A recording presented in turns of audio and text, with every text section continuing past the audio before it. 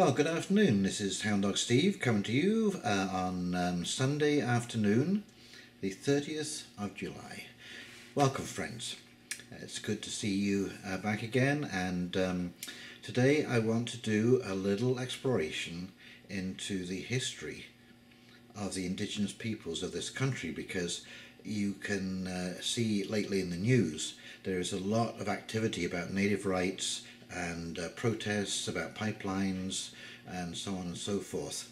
And so I thought I would just go back in history and give you a little primer. So we're going to start off with some excerpts from a book called What is America, and a brief history of the New World Order, and it's by Ronald Wright. He is a brilliant historian, and whilst I read these excerpts, I'm going to roll a series of pictures, and I'll give you fair warning.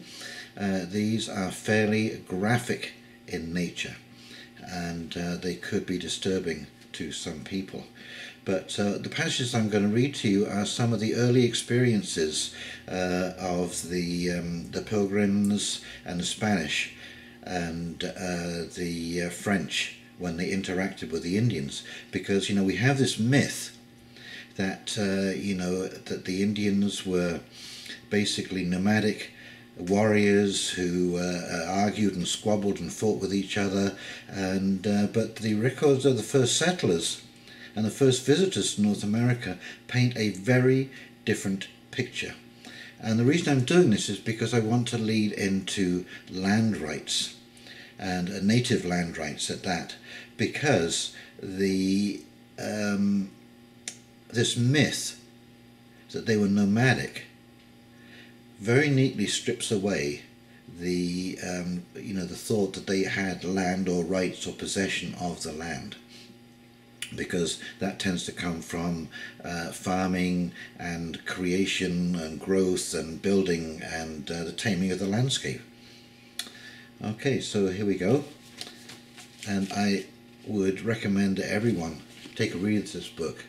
Again, What is America by Ronald Wright. It's very readable, as you will see from the excerpts that I'm about to read to you, and I think you're going to be shocked, actually, by the true history, early history of America. So we're going to start in the spring of 1524. Giovanni de Verrazzano, a Florentine navigator working for the French king, reconnoitred the eastern seaboard of what is now the United States. This was still early in the clash of the worlds, soon after the fall of Aztec Mexico and 8 years before the conquest of Peru. Verrazzano sailed up the coast from the Carolinas to Canada, probably the first European to do so, and certainly the first to leave a good account. For much of the way his ship was held off by the Outer Banks, but he went ashore at several spots, included a wooded hill he named Arcadia, now known to have been Kitty Hawk, North Carolina, more famous for a later pioneering trip, the Wright brothers' flight in 1903. Whenever he sighted good land, Verrazzano found it thickly inhabited by farmers whose fires were burning continually along the shore. He became the first white visitor to New York, anchoring on Staten Island in what are now the Verrazzano Narrows. From there he took a small boat into Upper Bay and glimpsed Manhattan, which was also densely populated. Running back and forth across the water were about 30 of their boats, with an infinite number of people aboard. These Americans greeted the strangers with curiosity and laughter. Indeed, they sound rather like later New Yorkers, noisy, bustling, loudly dressed, scooting about in fleets of big canoes, where ferry boats now take tourists to the Statue of Liberty. Verrazzano had better luck at Narragansett Bay, Rhode Island, where he anchored for 2 weeks, establishing good relations with the locals and making several trips inland. He found the people here confident, beautiful, with the most civilized customs, and taller than we are. They had polished stone tools, sheets of worked copper, seagoing boats that could hold 15 men, and large roundhouses in which up to 30 people lived together. Verrazzano makes it clear that these folk were farmers, Like everyone he'd seen along the seaboard, Rhode Islanders' fields stretched inland, he reckoned, for 20 to 30 leagues, which is 80 to 100 miles, open and free of any obstacles and trees. He adds intriguingly that the people followed an astronomical calendar. When sowing, they observed the influence of the moon, the rising of Pleiades, and many other customs derived from the ancients. On his way back to France, Verrazano sailed past Bacalalia, Codland, or Newfoundland, which didn't delay him. He knew it had been found a long time ago by the Portuguese and then claimed by John Cabot for England. In the mid-1530s, the French tried again, sending the Breton Jacques Cartier up the St. Lawrence River.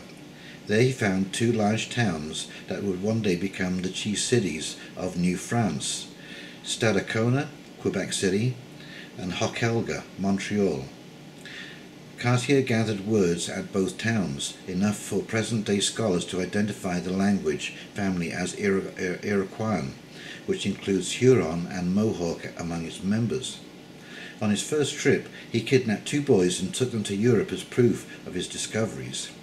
These two, who were sons of the Quebec leader, he brought back unharmed.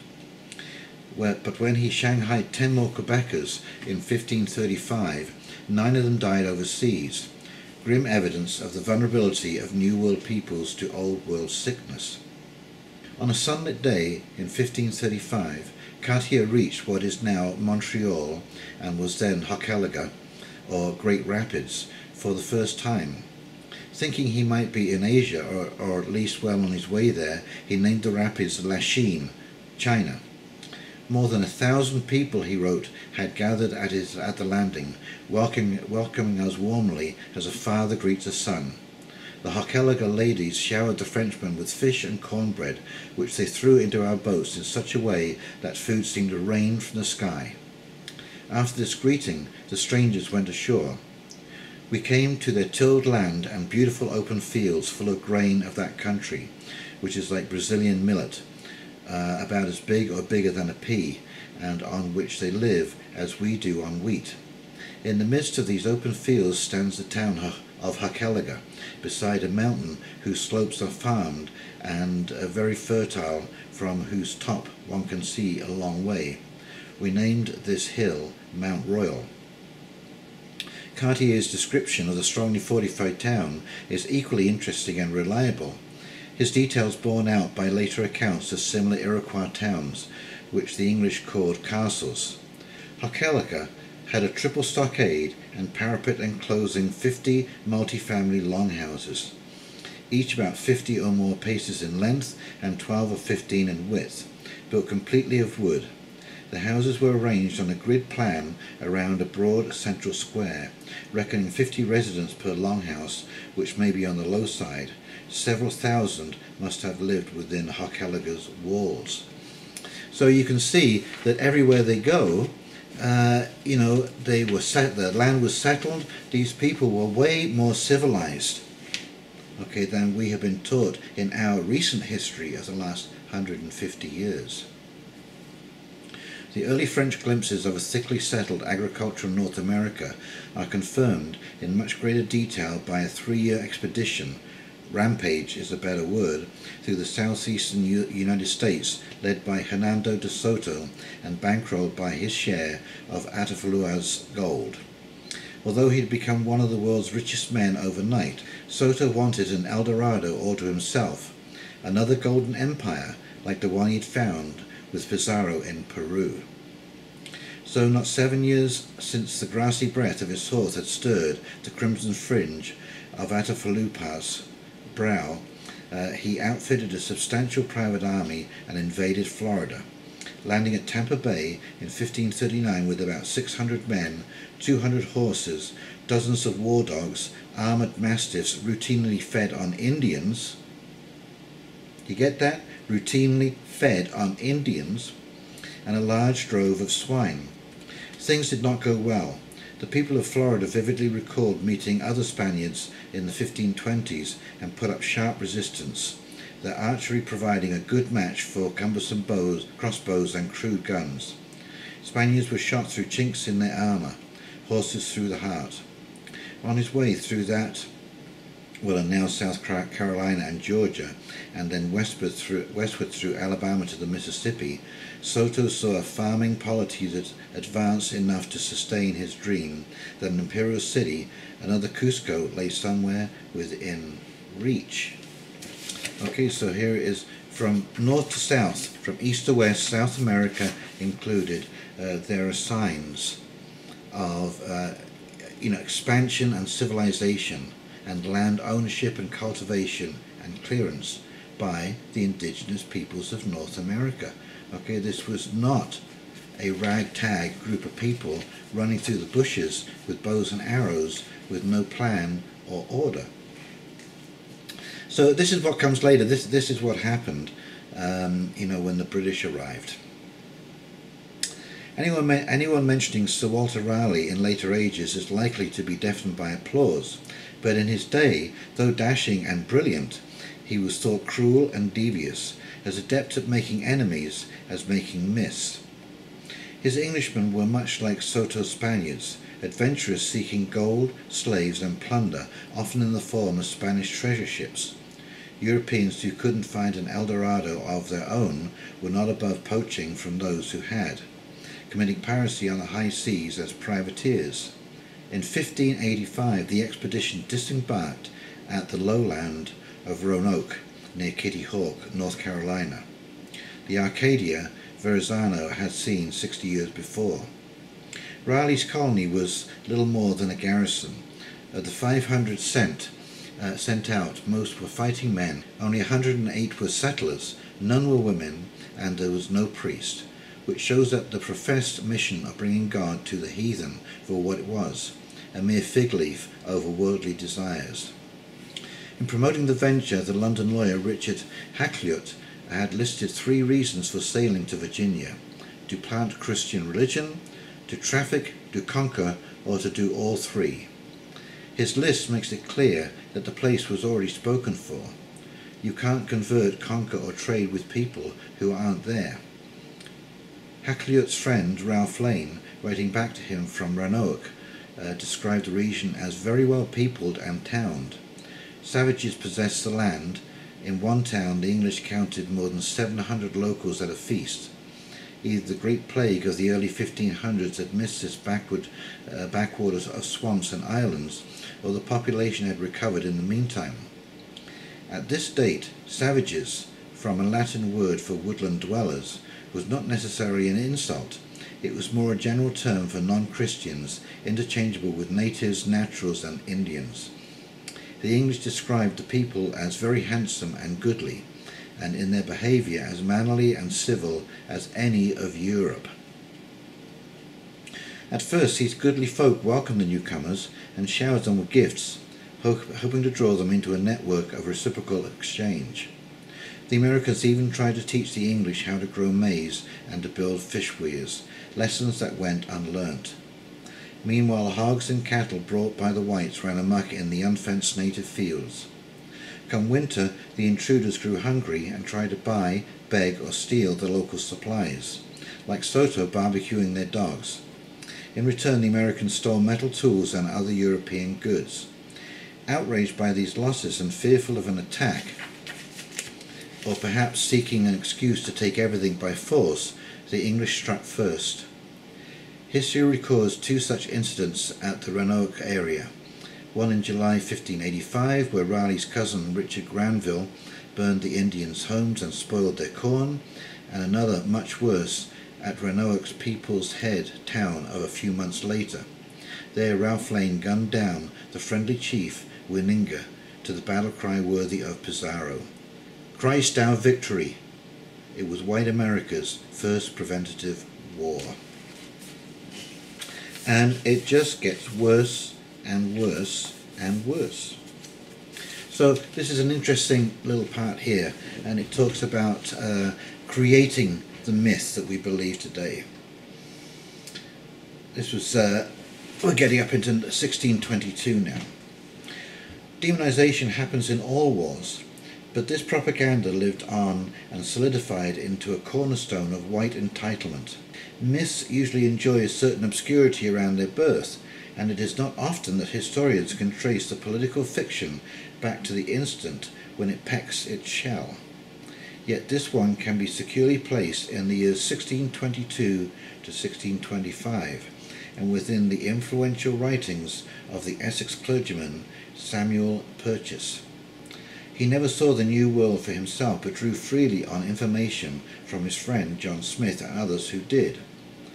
Purchas knew very well that the Virginia Indians were sedentary and agricultural, and that Jamestown colonists had been preserved from total starvation by Indian farm produce. In his earliest writings, published in 1613, shortly before the wedding of John Rolfe and Pocahontas, Purchas had realized the importance of fair dealing according to the middle law of nature, and not that of violent law of arms. But after the war, Samuel Purchas quickly hatched a big lie. America became, in his words, an unmanned, wild country, that the Indians range rather than inhabit. At a stroke, the settled farmers were magicked into rootless nomads, and from there it was a short step to conclude that such people were then guilty of disloyal treason, as he redundantly put it, had no right to the land. Future dangers, Purchas went on, should be prevented by the exploration of the more dangerous, and commodities also raised out of the servileness and serviceableness of the rest. In other words, Indians who posed a threat should be exterminated and docile ones enslaved. Either way, all could lawfully be dispossessed. The lie grew long legs, and is still widely believed today. 2 centuries after Purchas, President Jackson would use it to justify his removal of the 5 civilized tribes from the South in the 1830s, describing Cherokees, Creeks and others, corn farmers descended from the pyramid builders who had seen off Hernandez de Soto as having traversed but not occupied the land. Okay, so now we come to the Pilgrims. Remember the Pilgrim Fathers? Yep, those guys. Okay, so let me tell you the story of the Pilgrims. What they seldom learn is that the Pilgrims were soon accosted there in fluent English by a lonely, grief-stricken Wampanoag, a member of the same people whom Verrazano had visited on Rhode Island nearly a century before. On the face of it, this man, whose name was Squanto, had little reason to be friendly. About 1615, he had been kidnapped in a slave raid on the Massachusetts coast, probably by an associate of John Smith, taken to Spain and sold at Malaga slave market. Somehow he escaped, made his way to England, and returned via Newfoundland to Massachusetts, an amazing journey that took him 4 years. When Squanto got back, he found his hometown, Patuxet, inhabited only by the dead, a newfound Golgotha strewn with human bones, a plague or mix of plagues, likely including smallpox, which had struck New England coast, killing 9 out of 10 in many places, and everyone at Patuxet. Smallpox was terrible enough for the Europeans, but because Native Americans had no immunity, they caught it far more easily and suffered far more severely. This is a quote. They lie on their hard mats, the pox breaking and mattering and running, and where they turn them, the whole side will flay off at once, as it were, and will be all a gore and blood, most fearful to behold. They die like rotten sheep. Word of Squanto's town, with empty houses, work fields, and cribs full of corn, had reached the Pilgrims during a landfall at Cape Cod. They sailed on to Patuxet, renamed it Plymouth, and moved in. The good hand of God favoured our beginnings by sweeping away the great multitudes of natives, the leader wrote, that he might make room for us. The Pilgrims of Patuxet repaid their native hosts in 2 ways. In 1622, Squanto and other Wampanoags died in yet another wave of European disease. That was accidental. The second was clearly intentional. About 1630, William Bradford, a leader of Plymouth, began writing a polemical history of his flock. Although only a decade had passed since the Pilgrims' arrival, and the help was given by the Wampanoags, must have still been fresh in their minds. Bradford didn't care about facts. What mattered was the myth. They had no friends to welcome them, no houses, or much less towns to repair to seek for succour, and these savage barbarians, and when they met with them, were readier to fill their sides full of arrows than otherwise. What could they see but a hideous and desolate wilderness, full of wild beasts and wild men? What could now sustain them but the Spirit of God and His grace? Okay, so this is the War of the Pequots, and war broke out after some people, who may not in fact have been Pequots, killed 2 fur traders, starting with John Stone, a West Indian pirate who tried to hijack a Plymouth ship and was later caught in Boston rolling in bed with another man's wife. While fleeing Puritan wrath for his wild night, Stone was unwise enough to kidnap some Connecticut Indians, who broke free and killed him. Few mourned his passing until a more respectable Englishman was slain on Brock Island 2 years later. Again, this murder was probably not the Pequot's work, but Massachusetts used both killings as an excuse to crush Pequot Nation before it could recover from the pox. By some accounts, the English slaughtered the Block Islanders and sold the survivors into slavery. Others say the expedition was a fiasco. Either way, the Pequots besieged Fort Saybrook and tried to negotiate a truce, inquiring whether it was the English practice to kill women and children, something the Dutch on the western border had been doing, but the native peoples normally did not. When told they should fight and find out, the Pequots answered defiantly, "We are Pequots and have killed Englishmen, and can kill them as mosquitoes." They made good on this threat by killing 9 settlers in April 1637. Connecticut and Massachusetts then vied to escalate the war and be the first to take the Pequot land by right of conquest. Connecticut's force was the nimbler and more ruthless. Its leader, John Mason, decided to massacre a sleeping town instead of engaging in battle. Some of Mason's officers balked at this unchivalrous plan, as did his Narragansett allies, who held back. But after a night of prayer, during which the Lord was deemed to give his blessing, the officers went along. "Sometimes the Scripture declareth women and children must perish," one said when criticized afterwards. "We had sufficient light from the Word of God for our proceedings." The proceedings began on a May morning in 1637, and the chosen place was a stockade town called Mystic. It would be the most terrible slaughter since Soto burned Mobile a century before. Unlike Soto, Mason did not face many fighting men. Mystic was a soft target, and he knew it. Most of the warriors were away, getting ready to defend the capital on the Pequot River to the west. The English attacked at first light, breaking in the gate and cutting down the occupants while many were still asleep. They soon tired of dragging the townsfolk from their beds. "We must burn them," Mason shouted. Then he brought out a firebrand and set the wigwams on fire. And this is an eyewitness quote. "And thus, in little more than 1 hour's space, was their impregnable fort with themselves utterly destroyed, to the number of 600 or 700. Thus was God seen in the mount, crushing his proud enemies, and the enemy of his people, the English, burning them up in the fire of his wrath, and dunging the ground with their flesh. It was the Lord's doings, and it was marvellous in our eyes." So you can see that it is just a terrible history since we have come over and conquered the land we call America, and it's still going on today.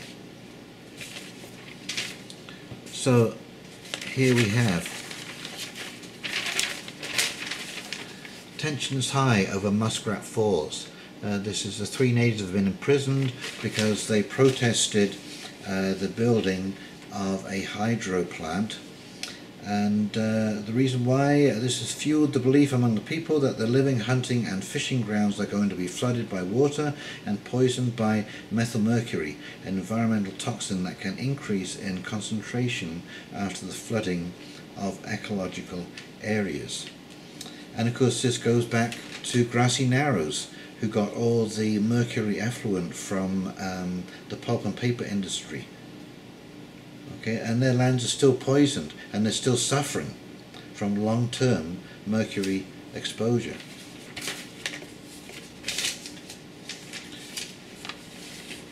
Health reason apologises for tubal ligation. Indigenous women. I'm sorry that you were not treated with the respect, the compassion and all the support that you needed and deserved, Jackie Mann, the Health Region Vice President, said on Thursday. No woman should ever be treated the way you were treated. Women came forward to the media in the fall of 2015. So they were coerced into getting tubal ligation. First Nations. Clyde River just wants to be an equal partner in the situation. Officials from the companies had visited the community but were unable to answer key questions that Inuit leaders had about the impact on marine mammals of the sound waves from the loud air gun used in seismic testing. In answering the questions later, the NEB provided a 3,926-page document, largely in English, that residents found nearly impossible to download over slow-speed internet. To put it mildly, furnishing answers to questions that went to the heart of the treaty rights at stake in the form of a practically inaccessible document dump months after the questions were initially asked in person is not true consultation. Okay, and of course this is the National Energy Board. Finally, the judges have said that the NEB cannot speak on behalf. So it basically confirmed the natives' rights to consultation, but denied them a veto. Residents of the Clyde River population, 1,100, fought an uphill battle against a consortium of multinational oil services and companies that planned to conduct seismic testing to assess the oil and gas potential for offshore sites. The top court agreed that the regulatory agency had failed to adequately assess the risk posed by the seismic testing to the community's treaty rights to hunt bowhead whales, narwhals and seals and polar bears. And so finally, we have this editorial, The Duty to Consult and Its Limits. And here we are, basically. The duty to consult, wrote the court, is rooted in the need to avoid the impairment of asserted or recognised rights for consultation to pass constitutional muster. But at the very end, of course, always read the last paragraph first. Okay, that's the important bit. Because what it says here, the statement about Canadian law is one of the reasons to be concerned about the nature of Ottawa's acceptance of the United Nations Declaration of the Rights of Indigenous Peoples. Right now the Crown has a legal duty to consult, but there is no requirement for Indigenous consent. So there you go. They get to tell you what's going to happen, but you don't have to consent to that. So what has happened in the last 150 years, ironically our birthday, Canada's birthday, and much before that, we have moved the rightful owners of this land who had farmed, tilled and settled this land off their land by ruse, excuse, conducting medical experiments on them. Take a brief break and take a look at this. Okay, so here we have the Toronto Star. Hungry Canadian Aboriginal children were used in government experiments during the 1940s, researcher says. Aboriginal children were deliberately starved in the 1940s and 50s by government researchers in the name of science. Milk rations were hard for years at residential schools across the country. Essential vitamins were kept from people who needed them. Dental services were withheld because gum health was a measuring tool for scientists and dental care would distort research. For over a decade, Aboriginal children and adults were unknowingly subjected to nutritional experiments by the Canadian government bureaucrats. This disturbing look into government policy towards Aboriginals after World War II comes to light in a recently published historical research. A nurse takes a blood sample from a boy at the Indian school Port Alberni, BC in 1948. During the time when nutritional experiments were being conducted on students, there were 5 other residential schools.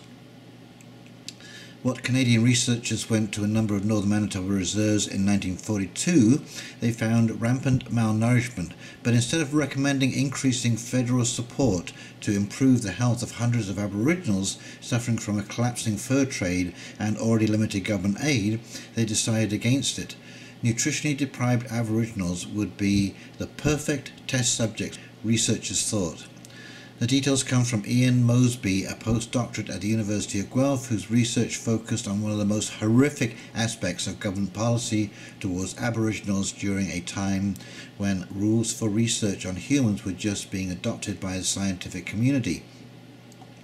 And of course I actually resent the name Aboriginals because you know what Aboriginal means. Well, let me ask you a question. Are you normal? Or are you abnormal? Okay, so if you are original, then you are an Indigenous person in Canada. If you are an Aboriginal, you are not. You are confessing that you are not one of the originals of this country. And this is one of the tricks with words that they use to pull the wool over our eyes and to get us to basically condemn ourselves with our own words, not knowing what those words mean.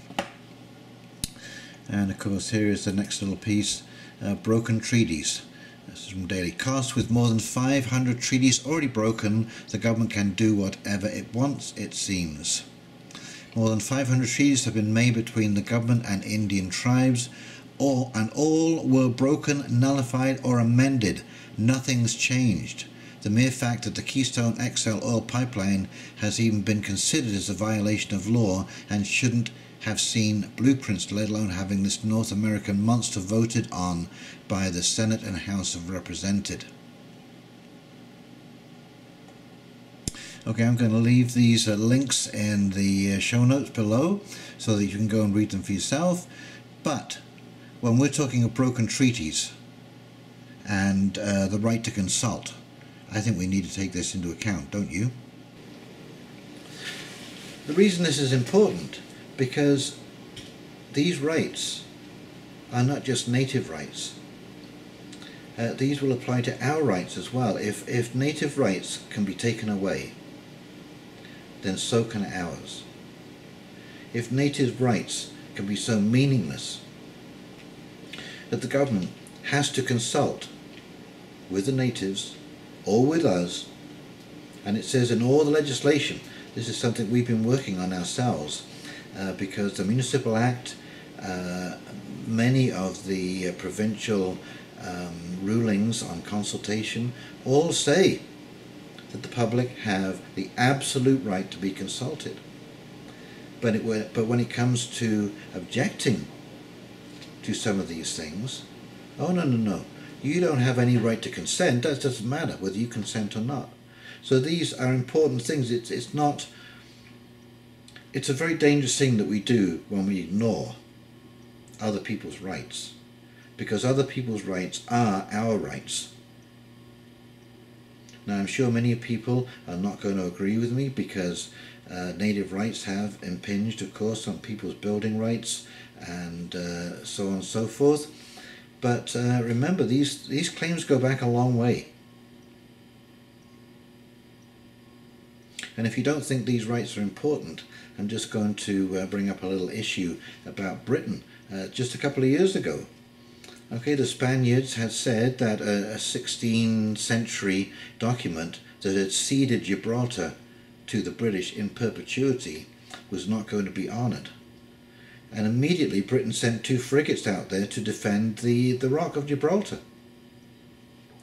So you can't say that these treaties and these agreements are not important to us when it's us that's being affected. And I think that one of the things that we have to learn moving forward is that we all have to have one set of inalienable rights that apply to everybody. Every religion, every creed, every colour, everybody, every gender. It doesn't matter. everybody, and we all have to stand up for those rights, because we can see what happens when we get splintered. All of these different groups are all arguing with each other, when the first thing we should agree on is the set of rights that apply to us, and that right will include our consent.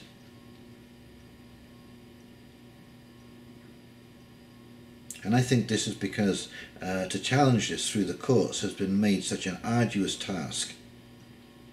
And of course a lot of people just assume that we have these rights. And many people I have spoken to are actually shocked and surprised when they find out that they have no rights at all, really. Even the Constitution has a preamble that says that all of these things can be overridden by the Supreme Court of Canada. You know, if they think that it's not, if there's a good judicial reason to override. Read it. Read that first line for yourself. In fact, I'll read it to you right now. Here it is. Number one, right at the top. That's why you always look at the top of the page. Always look at the top of the page, because it's going to tell you right in your face, the top of the page and the last paragraph. Number one, the Canadian Charter of Rights and Freedoms guarantees the rights and freedoms set out in it, subject only to such reasonable limits prescribed by law as can be demonstrably justified in a free and democratic society.